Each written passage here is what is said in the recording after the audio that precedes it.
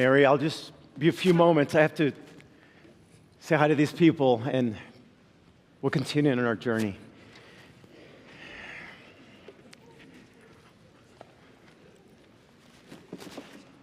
Hello. My name is Joseph, and I'm the earthly father of Jesus. From time to time, I have the great privilege to share with groups of people just like you a little bit about my story. It's a story of how sometimes God interrupts your plans for purposes that are vastly beyond your comprehension. But I'm getting ahead of myself. You see, I am a carpenter. It's a trade that I learned from my father, and I hope to pass along to my own son. That means I can build things with these hands and just some of these tools. Need a house built? I can build it. Need a nice table for 10 of your closest family members? Oh, believe you me, I'll fashion you the finest table in the whole town. Need some nice chairs to go around that table for all your family members? I can do that, but I have to tell you, there's something that I would never build. You see, there's some things that some of my competitors have started building. They've started building and fashioning crosses for the Romans. That's where I draw the line. I would never build something, make anything that would ever hurt anyone. By the way, you can tell by looking at my hands that I've been doing this for a long time. You know, my father would always say that anything you really want to know about a man, you can learn just by looking at his hands. The calluses, the scars tell the story. He would say, son, if you really want to know about a man, just look at the scars in his hands. Oh, but I suppose you didn't invite me here today to learn about carpentry and calluses, did you? You want to hear how it actually happened, don't you? Okay, I'll tell you. It all began on this particularly sunny morning.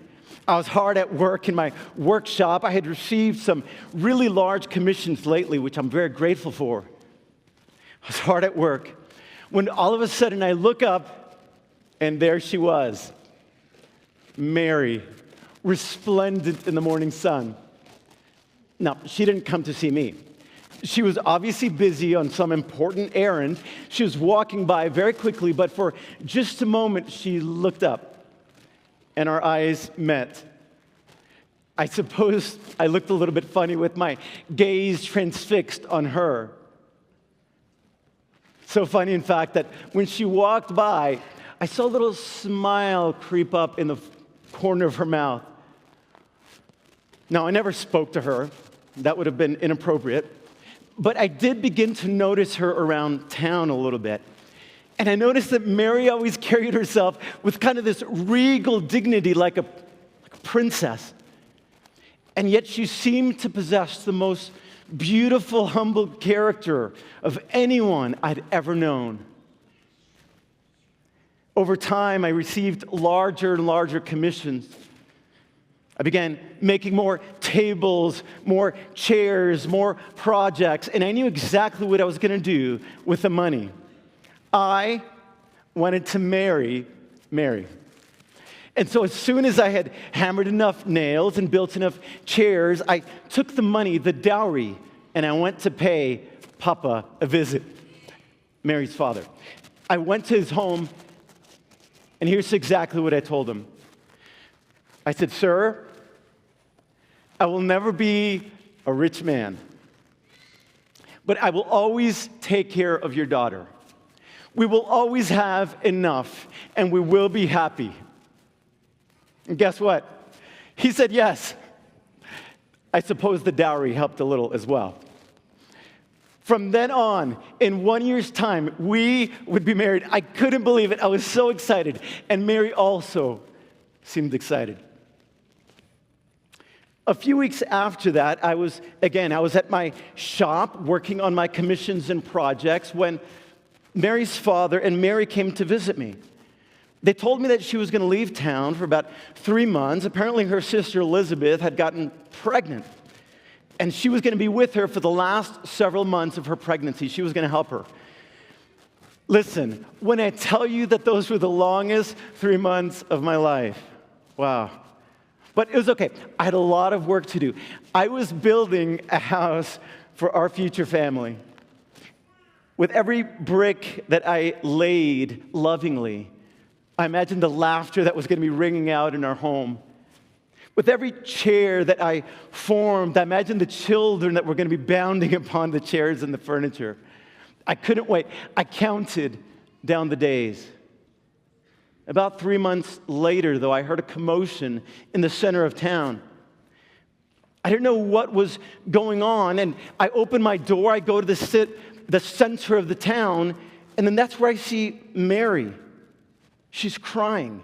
She's running towards her father's house, and fast before her is a little brood of young women pointing and cheering in her direction.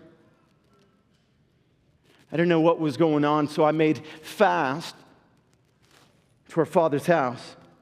He invited me in, and that's when my life began to fall apart. She was standing in the corner of the house.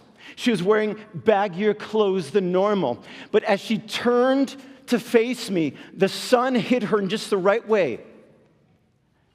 And all of a sudden, I could see the unmistakable silhouette of a woman with child. How could she? I was devastated. They try to explain something about an angel and the Holy Spirit, but I would have nothing of it. I went back to my house, devastated. In every way that a man could be betrayed, she, supposedly my bride, betrayed me. Think about it. I was saving myself physically for her, and there she was in a different town with some other man.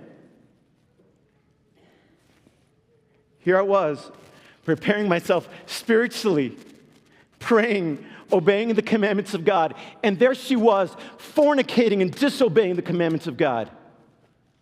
I mean, here I was, saving myself emotionally. I had told her, my heart will be only for you, Mary.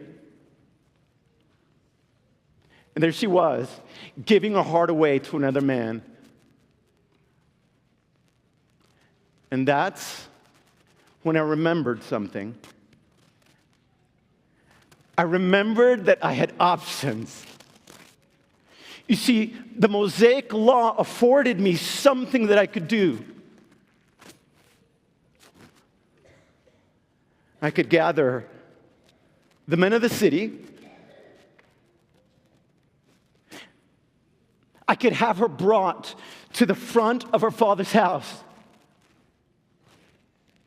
We could stone her. That was my right. And I imagined the scene. I didn't need any other proof. I saw her with my very own eyes that she had cheated on me. So I imagined the scene before me.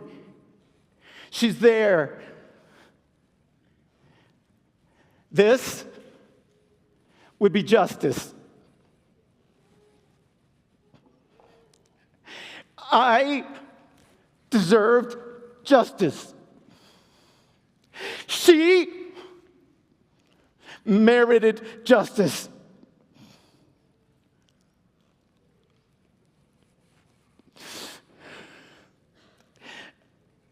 I choose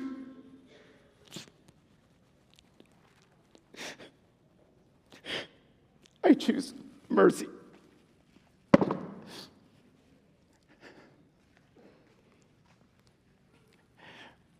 I had promised her father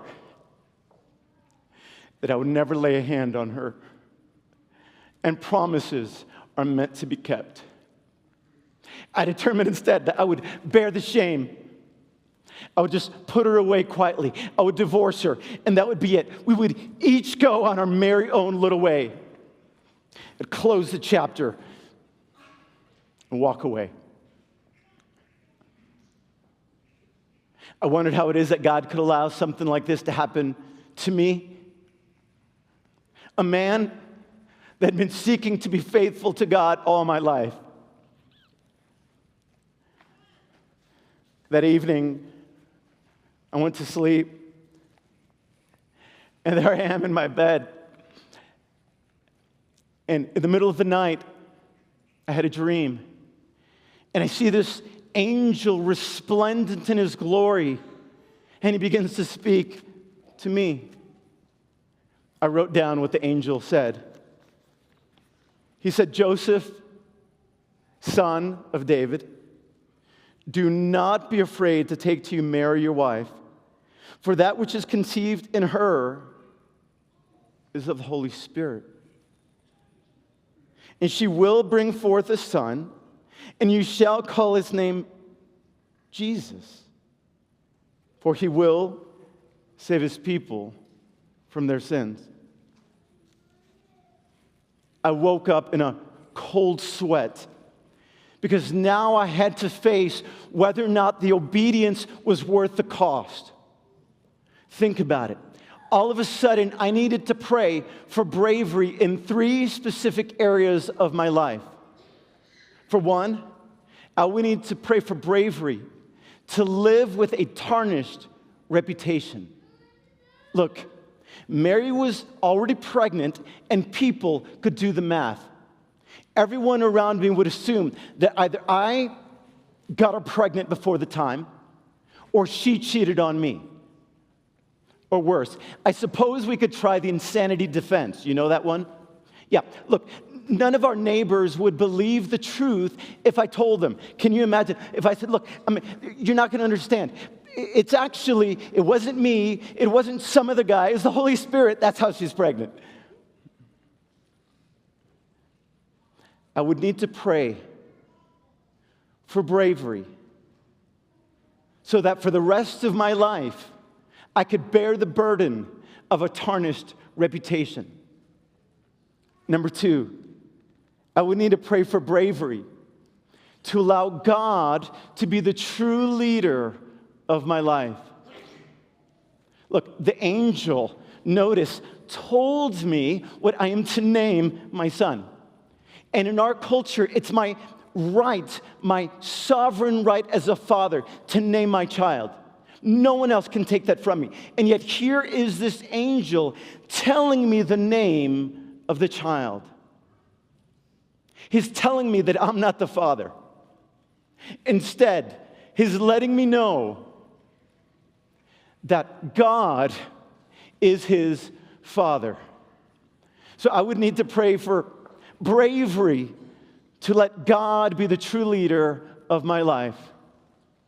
Number 3, I would need bravery to admit that I'm a sinner. Did you hear what the angel said is the mission of the Messiah? Yeah.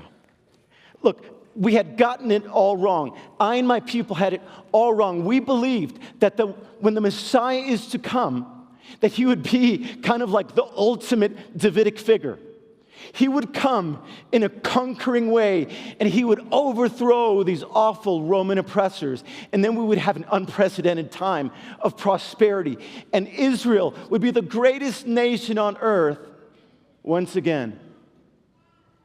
But do you notice what the angel said about the mission of Jesus? He said he is to save his people from their sins.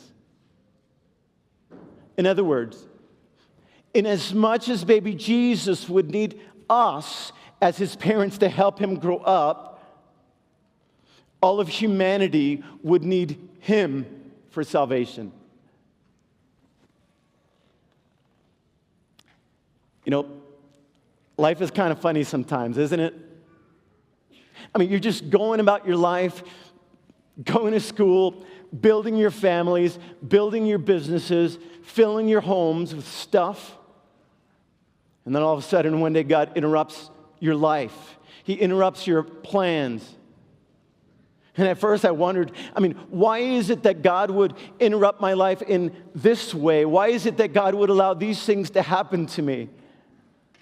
Oh, but now I'm understanding that sometimes God interrupts your life for purposes and plans that are vastly beyond your comprehension.